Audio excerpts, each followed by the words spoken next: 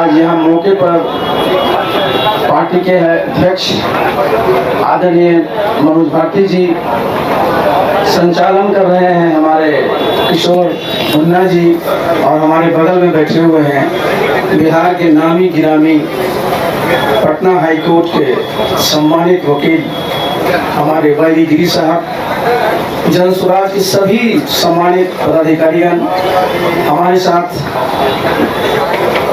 आप सबकी आवाज पार्टी के बहुत सारे हमारे यहाँ पदाधिकारी आए हुए हैं और मीडिया के सभी साथी। सबसे पहले तो मैं प्रशांत जी को बहुत बहुत धन्यवाद देना चाहता हूँ कि आज हम तो पिछले सप्ताह में नहीं सोचे थे कि 18 तारीख को रविवार के दिन आप सबकी आवाज पार्टी का विलय हम लोग जन स्वराज में करेंगे। देखिए, मैं तो इन सब चीजों में विश्वास करता हूँ और आज रविवार का दिन है, हम लोग सूर्य के उपासक हैं, बिहार में छठ की पूजा सब करते हैं, तो आज सूर्य भगवान का दिन है, बहुत ही हमारे लिए खुशी। ये तो संभव संयोग है और न मैंने कभी सोचा था, न मेरे किसी साथी ने सोचा था कि इतना शीघ्र ये होने वाला है, लेकिन ये हो गया। हम लोगों का ये जो प्रयास हुआ है, देखिए मैं इस बात को मानता हूँ कि कहीं न कहीं से आशीर्वाद रहता है तभी ये सब हो पाता है। तो सबसे पहले तो जितने भी हमारे यहाँ नेता हैं जन स्वराज के, उनके प्रति मैं आभार प्रकट करना चाहता हूँ। और आप लोग भी 2 वर्षों से ज्यादा समय से पूरे बिहार का दौरा किया, कोई इलाका नहीं है जहां आप नहीं गए, पैदल गए। मैं भी समझिए कि बहुत वर्षों से पैदल तो नहीं, लेकिन बिहार के हर एक कोने को छाना है। और हम प्रशांत जी अभी बैठे हुए हैं, अभी चर्चा हम लोग कर रहे थे 10 साल पूर्व 2015 में हम लोग इसकी चर्चाएं कर रहे थे। महागठबंधन की जो सरकार थी, किस प्रकार से मेहनत किया गया था और कामयाबी हासिल हुई थी, आप भी जानते हैं, हम लोग भी समझते हैं कि सबकी अपनी अपनी एक खासियत है। और बिहार में भी क्या है, सब लोग बोलता है कि साहब 2 बहुत मजबूत संगठन है, एनडीए है, इंडिया है। हमने कहा कि एनडीए में भी हम लोग काम किए हैं, इंडिया में भी काम किए हैं, और हम दोनों तो इन लोगों ने मजदूरी की है, मजदूरी की है। और अपनी पहली बार जब अपना घर हम लोग बना रहे हैं, तो भाई ये तो मजदूरी नहीं, ये तो अपने ही लिए हम लोग करेंगे। और हमारा घर क्या है, हमारा घर ये सुंदर बिहार, खुशहाल बिहार है।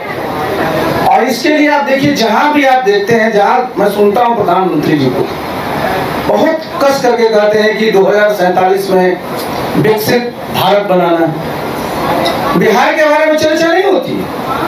बिहार में कहीं आप लिखा रहेगा विकसित बिहार, लेकिन जितने भी पैमाने हैं, जितने भी मानक, अगर देखिएगा बहुत बहुत पीछे। मैं एक बार नहीं, मैं कई बार मीडिया साथियों के सामने कर रहा हूँ, मैं रिपीटिंग करने के बावजूद भी मैं कर रहा हूँ। क्या देखिए, किसी भी प्रदेश के प्रति व्यक्ति है भाई, भारतवर्ष में करीब करीब 2 लाख रुपया है, बिहार में आज भी 60,000 नहीं पार करता है। और 2047 में जब राष्ट्रीय आय 15-16 लाख हो जाएगी, तो अगर यही स्पीड रहा तो बिहार उस समय भी 3-4 लाख पड़ेगा। तो जरूरी किस बात की, इसकी चर्चा प्रशांत जी कर रहे थे कि भाई वो बिहार, यहाँ क्या होता है, सब लोग को डिमोरलाइज किया जाता है कि बिहार में कुछ नहीं है। क्या बोलते थे कि यहाँ बालू है, फिर एक नाम ले लेते, मैं नाम नहीं लूंगा, और फिर कहते थे आलू।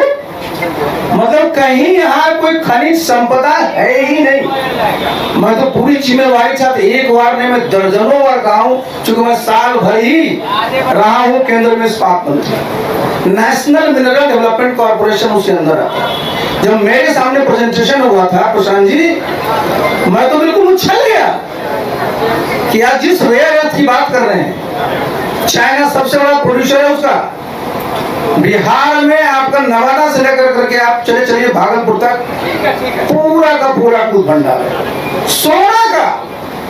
कहीं आज भारत में खुदाई नहीं हो रही है, बिहार में एक जगह नहीं 2-2 जगह सोना का दूध भंडार है, टंगस्टन का अकूत भंडार है, बहुत सारी चीजें। और आप कहिएगा कि तो आप तो रहे नीतीश बाबू के साथ, तो काहे उनको बताए थे?